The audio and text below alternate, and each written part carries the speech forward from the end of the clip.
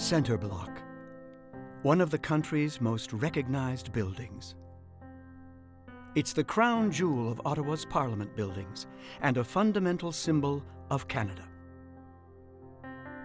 Designed in the Gothic Revival style by John Pearson, it's an architectural masterpiece. A combination of immense size and scope with painstaking artistry and craftsmanship. It's reminiscent of Westminster, and yet it's uniquely Canadian. Home to both Houses of Parliament, this building is often referred to as an icon of democracy.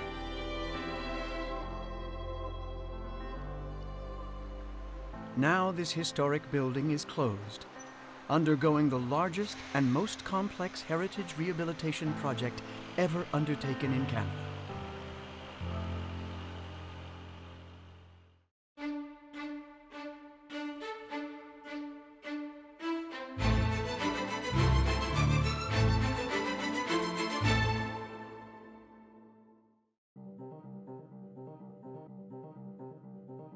As part of Centre Block's restoration project, a team of experts have been brought in. These are rope access specialists. Their job is to protect the 4 historic pinnacles located on each corner of the Peace Tower. It's a tall order, and not for the faint-hearted. The pinnacles are being temporarily wrapped and secured while construction on Centre Block continues.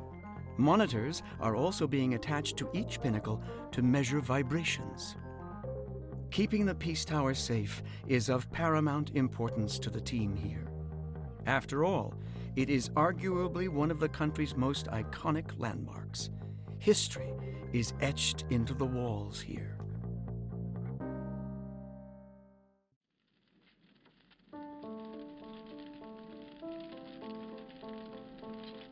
Construction of the Peace Tower began after the fire of 1916 destroyed the Victoria Tower, part of the original Parliament buildings.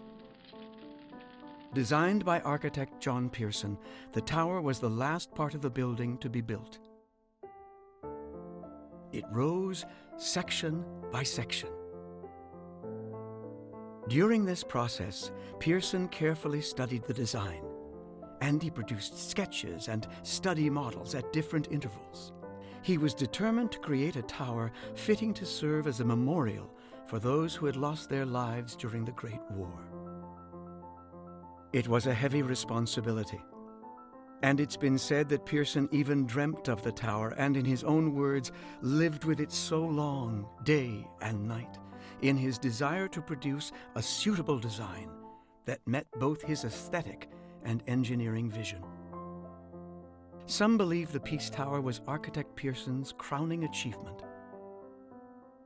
There were other names considered: the Victoria Tower, the Tower of Victory, the Tower of Peace and Victory, but Pearson was adamant. It could only be the Peace Tower.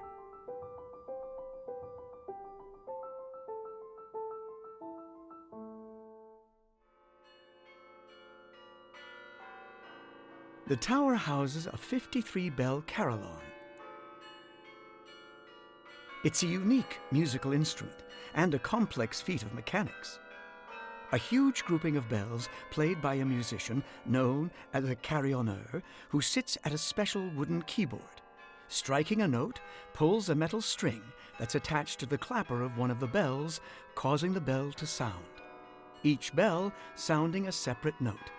The bigger the bell, the lower the note.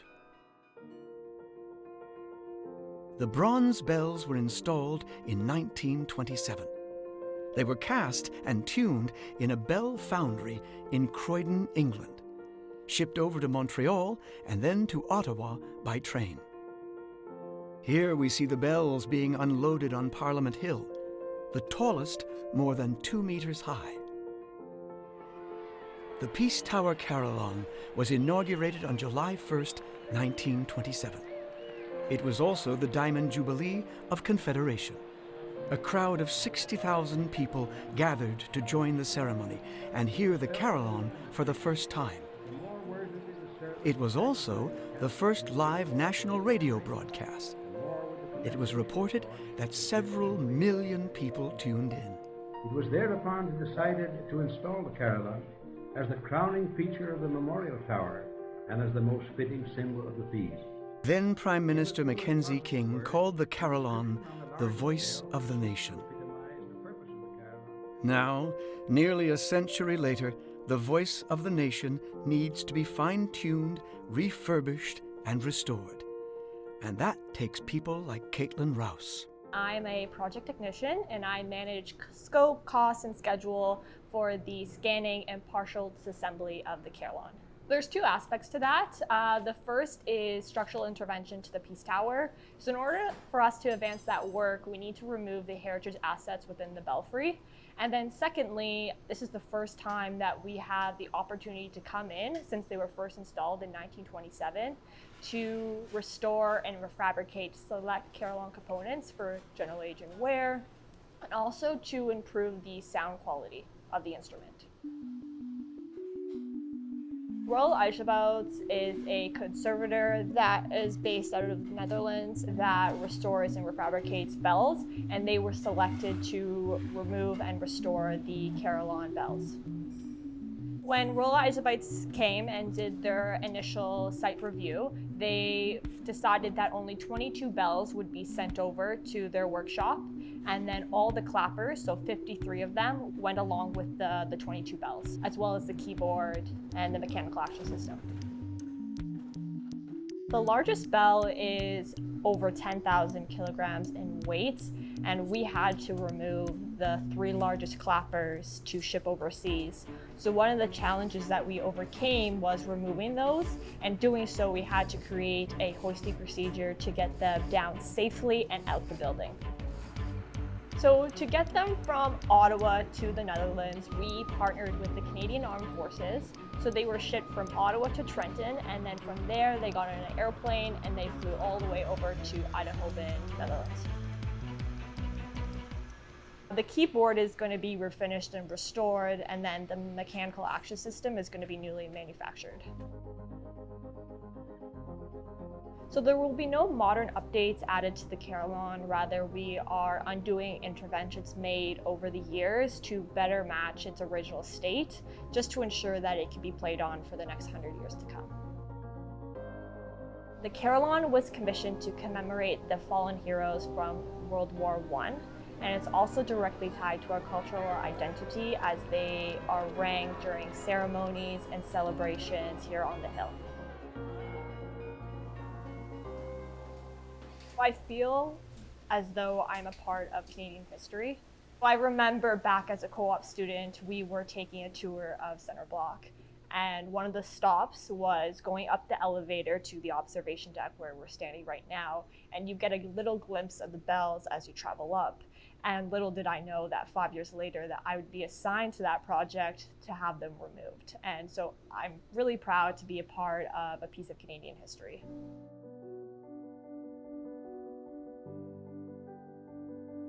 Located on the second level of the Peace Tower is this space, the Memorial Chamber.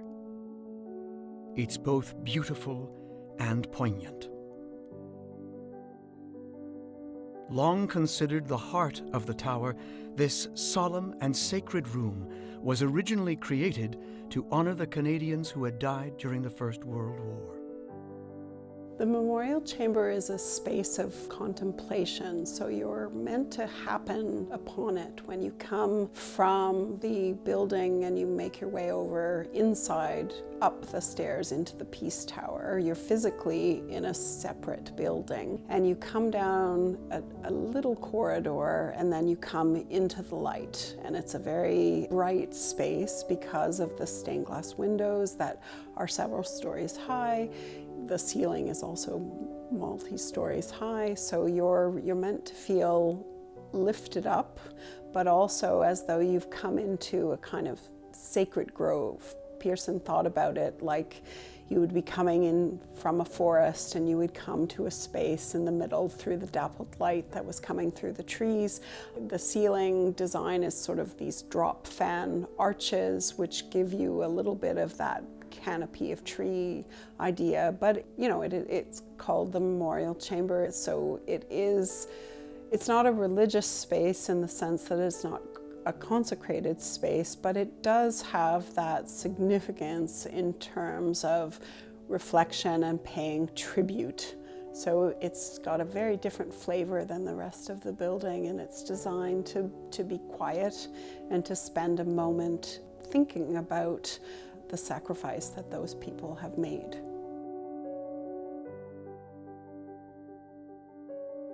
If we think about the Peace Tower as the spine of the building, then the memorial chamber really is its heart. If parliamentarians are the ones who ultimately make the decisions to send people off to war through legislation, they are really duty-bound to pay tribute to those who pay the ultimate sacrifice for those decisions, and they need to hold a space for them as they make those decisions and don't take them lightly.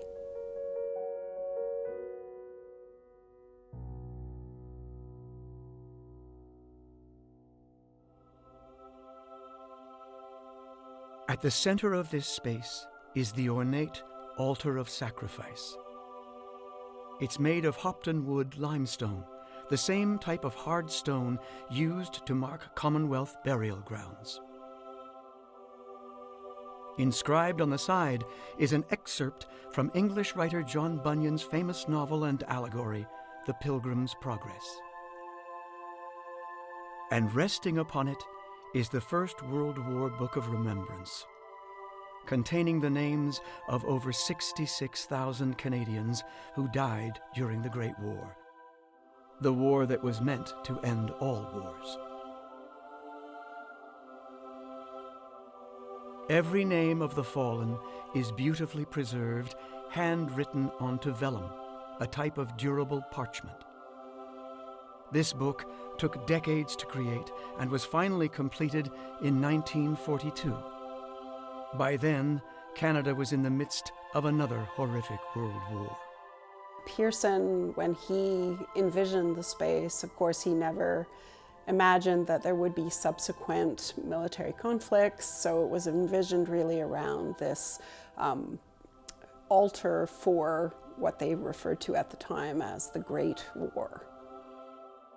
Today, there are 8 altars, each holding a different book of remembrance.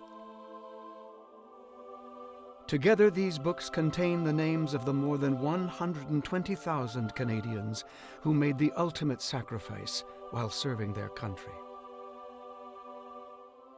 Since 1942, at 11 o'clock every morning, a guard in ceremonial dress marches in front of the central altar and bows. He then turns one page in each book of remembrance. It's a moving and solemn ceremony. The room is closed to the public, but family members of the fallen are permitted to be in the chamber to view the name of their loved one.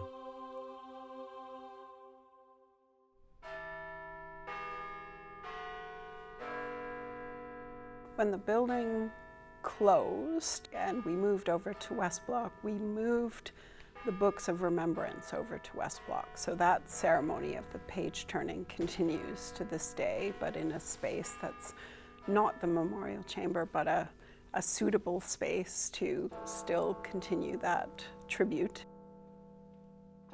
The books will follow the House of Commons, so when the House of Commons chamber moves back to Centre Block, the books, we will have a closing ceremony in West Block in the Room of Remembrance, and then the following day for the page turning ceremony at 11, the books will be on display in the Memorial Chamber.